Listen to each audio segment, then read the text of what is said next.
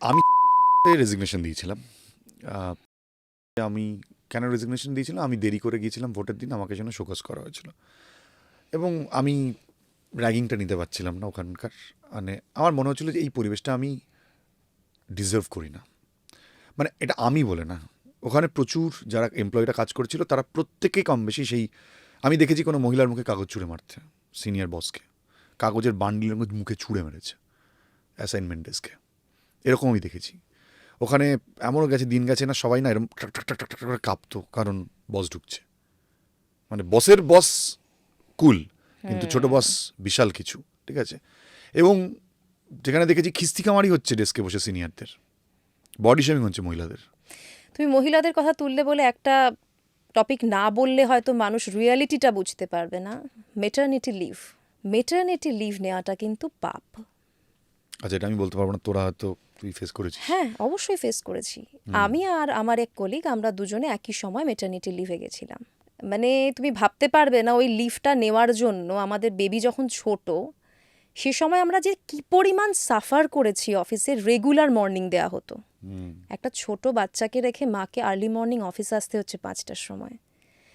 এবং আমাদের বহুদিন বসিয়ে রাখা হয়েছিল, কারণ আমরা প্রথমে বলেছিলাম যে আমাদের যদি 3টে মাস একটু হালকা ডিউটি দেওয়া হয় ভালো হয়। বাচ্চা খুব ছোট, আমরা 3-4 মাসের বাচ্চা রেখে জয়েন করেছিলাম। মেটার্নিটি লিভের জন্য এত ভুগেছি কুণালদা, তুমি ভাবতে পারবে না। মানে রেগুলার কাঁদতাম তখন ওই টাইমটায়। মানে একটা মায়ের বা একটা মেয়ের যখন বেবি হয়, তারপর তার কি কন্ডিশন থাকে, এটা মহিলারা ফিল করতে পারবে। সেই সময়টায় অফিস কোঅপারেট করা তো দূরের কথা, এতটা টর্চার করেছে, এতটা টর্চার্ড হয়েছি, মানে সেটা হয়তো বলা উচিত, মানুষ বলে না। এবং এটা আমি একা না, প্রত্যেকটি মহিলা, তারা বলবে না হয়তো, আমি আজকে বলছি। এবং সে বছর ইনক্রিমেন্ট হয়নি, কেননা তুমি মেটার্নিটি লিভে গেছিলে।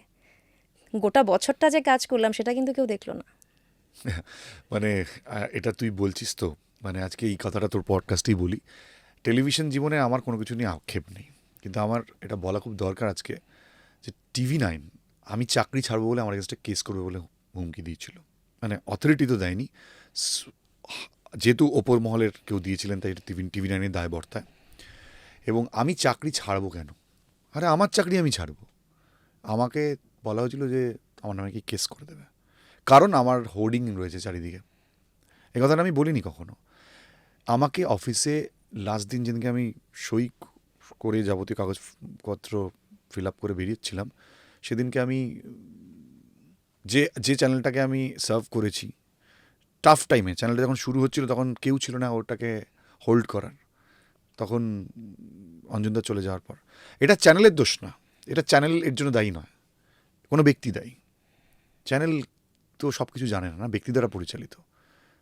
কারণ TV9 আমাকে অনেক কিছু দিয়েছে, এটা আমি সবসময় বলি। আমি TV9-এ জয়েন করার পর অনেক কিছু শিখেছি। কিন্তু আমি ওয়াশরুমে যাবো বলে রিকোয়েস্ট করেছিলাম সিকিউরিটিকে, যে যেহেতু বায়োমেট্রিক আমার কাছে তো তখন আর নেই, তো সিকিউরিটির মুখটা কাচুমাচু হয়ে গেছিলো, কারণ নাকি আমাকে ভেতরে ঢুকতে দেওয়ার পারমিশন নেই। তো অ্যাডমিনের সাথে কথা বলে তারপরে আমি গিয়েছিলাম, কারণ সেটা তো আমি কন্ট্রোল করতে পারবো, আমাকে যেতেই হবে। তো সেখানে আমার ইগো চলবে না।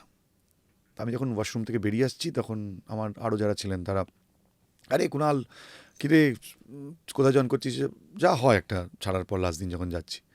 আমি বলেছিলাম এখানে দাঁড়িয়ে কথা বলা যাবে না, তোমাদের চ্যানেলের ক্ষমতা নিয়ে আমাকে ভেতরে রাখার, বাইরে দাঁড়িয়ে। মানে যে লোকটা আমি একদিন কাজ করলাম, সেই লোকটা চাকরি ছেড়ে দিয়েছে বলে তাকে শাস্তি দিচ্ছে, তাকে ঢুকতে দেবে না অফিসে। সি, কি দিস ইজ দ্য মেন্টালিটি না! Corporate world. আমি যদি অন্যায় করতাম কোনো, মানে ছিল না, বুঝতাম যে আমি এটা চুরি করে পালাচ্ছি। আমি চাকরি ছেড়ে দেবো আমার নিজের স্বেচ্ছা, আমি ইউটিউব করব বলে, কারণ ইউটিউব এবং চাকরি একসাথে করা যাচ্ছে না। থ্যাঙ্কস টু বরুণ দাস, যিনি আমাকে অ্যালাউ করেছিলেন দুটো করার জন্য, আমি থ্যাংক ইউ দেবো ওনাকে। এবং আমার টাকা পয়সা আটকে দেওয়া হয়েছিল, এবং বরুণ দাসকে আমি মেসেজ করার পর আমার টাকা পয়সা সব কিছু ক্লিয়ার করে দিয়েছিলেন উনি। Thanks, is a gentleman. But আমাকে ঢুকতে দেওয়া হয়নি, এটা একটা কর্পোরেট ওয়ার্ল্ডের চরিত্র। কিরম আফসোস হয় না ওই সিচুয়েশনগুলোয় দাঁড়িয়ে। এক্স্যাক্টলি। আমি TV9 বাংলা কেন ছেড়েছি এটা বলার সময় আমি এগুলো বলিনি, কিন্তু আজকে এগুলো বললাম, কারণ এগুলো যারা করেছে তাদের রিয়েলাইজ করা উচিত যে তারা কারা, তারা নিজেরা কী, তারা নিজেদের বিশাল বড় মনে করছে আজকে, তারা একসময় কিছু ছিল না এবং তারা আজও কিছু না। এই প্রত্যেকটা জিনিস না আমার কাছে মনে হয়েছে এগুলো আমাদের জীবনের একটা পার্ট, এবং এগুলো যদি আমরা না ফেস করতাম আমরা আজকে এই জায়গায় আসতাম না।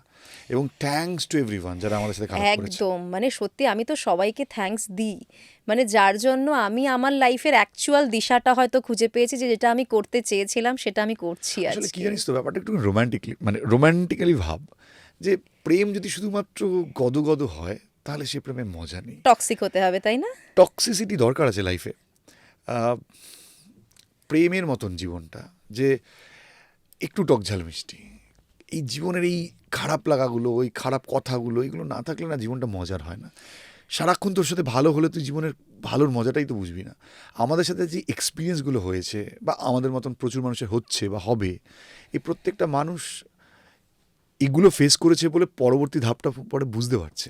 কিন্তু আমার একটাই বক্তব্য, জানো তো, আমি ভাবি যারা এগুলো ফেস করেছে, যারা আমাদের সঙ্গে করেছে তারাও হয়তো কোথাও ফেস করেছে, অনেকটা ওই শাশুড়ি বৌমার মতো ব্যাপারটা। শাশুড়ি শাশুড়ি মানে তুই কি করেছে, বলছিস রিভেঞ্জ নিচ্ছে? হ্যাঁ অনেকটা এইরকম। যদি এটা না হয়ে ব্যাপারটা একটু নর্মাল হতো, যে আমরা পেয়েছি, আমরা আমাদের পরের জেনারেশনকে আর দেবো না, এটা যদি হতো অনেক ভালো হতো না? না, এটা আমাকে একদিন বলছিল একজন, যে আমি একবার আমার একজন টিম মেম্বারকে বকছিলাম, তাতে ফোনে থাকা একজন আমাকে বলছিল, এই বাবা কুণালদা তো পুরো আমার বসের মতন বলে বকে। তো আমি পরে বুঝলাম যে আমিও কীরমভাবে বকছি, এরমভাবে বলছি। পরে ভাবলাম যে ওর ক্রাইমটা অ্যাকচুয়ালি অনেক বড়, মানে ওর যে ভুলটা করেছিল সেটা এত বড় ভুল যে ভুলটা আর ক্ষমা হয় না। মানে আমার কাজের ক্ষেত্রে ক্ষমা হচ্ছে না, মানে ক্ষমাটা মানে এরম নয় যে আমি বলছি এটা মিষ্টি কথায় হবে না, ওখানে মিষ্টি কথা দিয়ে বুঝালে ও বুঝবেই না। তো সেইটুকু জায়গায় যদি আমি স্ট্রিক্ট হই, পরবর্তীকালে আবার নরম হয়ে যাই, এই রিয়েলাইজেশনটা থাকা দরকার যে আমার চরিত্রটা এরকম নয় যে আমার বউ আমাকে গালাগাল দিয়েছে বা বউয়ের সঙ্গে ঝগড়া করে এসেছি, কনস্টিপেটেড একটা ফেস নিয়ে অফিসে ঢুকেছি, সারাক্ষণ মনে হচ্ছে আমার কনস্টিপেশন হয়েছে এবং সারাক্ষণ মুখটা ওরকম করে রেখেছি। এইটা হলে প্রবলেম। মোমেন্ট তৈরি হয়েছে, জিনিসটা পাইনি, রেগে গেছি, বলেছি, আবার পর মুহূর্তে আমি বন্ধুও হয়েছি, পর মুহূর্তে আমি আবার মানে সেটা বুঝিয়ে বলেওছি। এইটা যদি আমাদের যে কোনো কর্পোরেট হাউসগুলো বা যেখানে আমাদের বসিংয়ের ব্যাপার থাকে, সেগুলো যদি বসরা বুঝতে পারেন যে কাজ তুলে নেওয়া তাদের কাজ আমি জানি, কিন্তু মিডিয়া হাউসে সেটা হওয়া উচিত নয়। মিডিয়া হাউসটা আর 5টা হাউসের মতো না, ওটা ক্রিয়েটিভ ফিল্ড।